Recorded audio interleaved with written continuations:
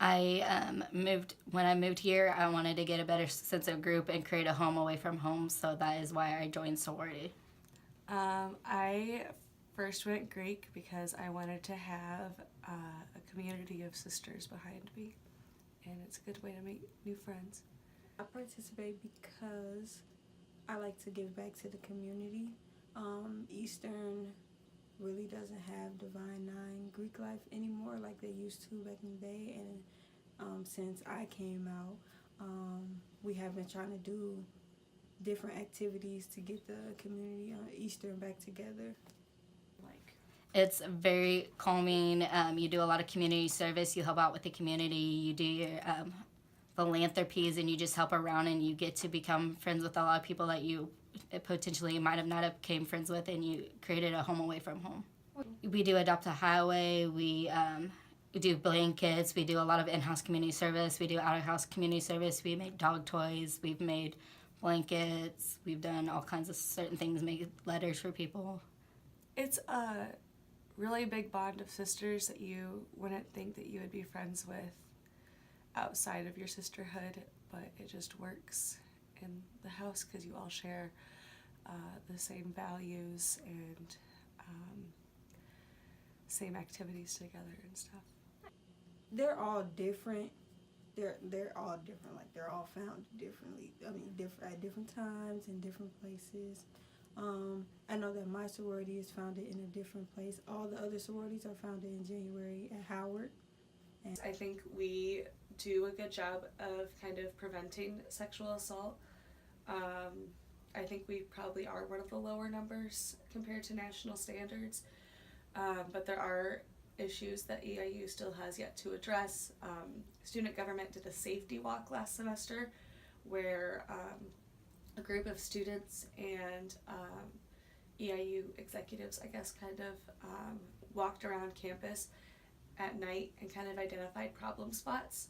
So hopefully acts like that can kind of make EIU a safer campus, because there are some safety concerns that need to be addressed. Yes, people really don't know about it unless it's like your friend like telling you. Like no one really tells really on campus, but if like I have a couple people that'll tell me like this happened, and I feel bad because they really don't want to say anything, and I don't want to say anything because it's not my place really, but it does. I don't think it's like a huge problem, but I think it is a problem that, and I think people should definitely talk about it. Yes, we if we have an event or something, we have a DD, we have a sober sister, we have sober execs, and we have sober securities. So Tri Delta as a whole, I would say we're very good at our risk management practices. We have a risk management chair that sits on our officer board, and functions.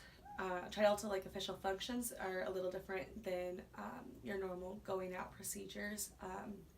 Tri Delta functions are monitored by one sober sister for every 10 guests. So if you have 50 people at a function, then you'll have 5 sober sisters. And those girls are just there to monitor your drinking and your intoxication levels and stuff like that, and as well as your dates. And they walk you there, and they make sure that you get home safely as well. On a regular Friday night or something, say, we always tend to go out with other sisters, and that's just kind of how Greek life is. Like 1 or 2 girls will go out.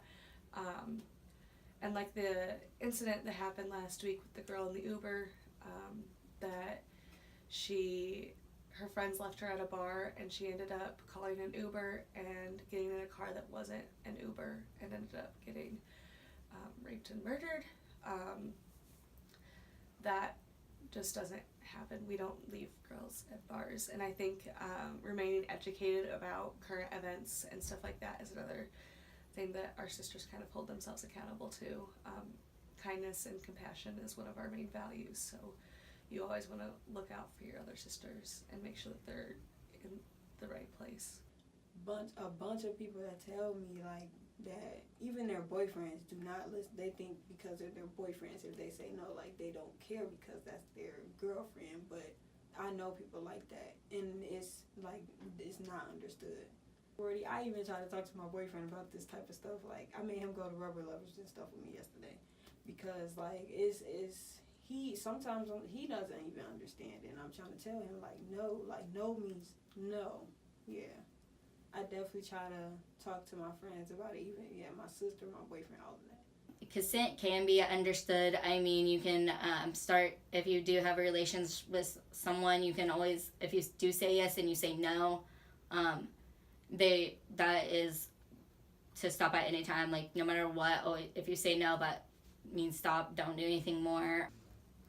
We definitely have, during that program that we facilitate for all of our girls, they definitely talk about consent and the importance of consent.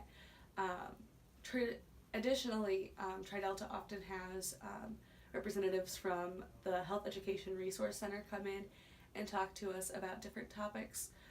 We just had one come in and talk about the importance of financial responsibility, but we also have them come in and talk about kind of sexual assault and those kind of troubling topics that no one really wants to talk about, but they need to be addressed.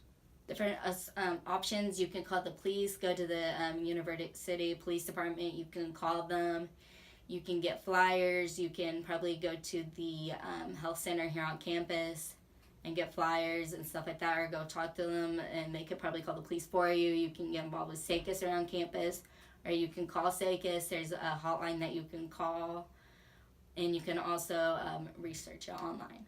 I know most of them because I'm a family and consumer sciences major, and we have a lot of speakers come in from the family services aspect.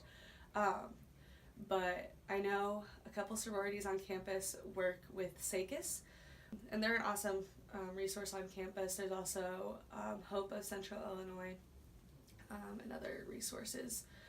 But some sororities on campus, like Alpha Sigma Tau, works directly with SACUS to help raise money for them, and advocacy, not among Greek life, but as EIU as a whole.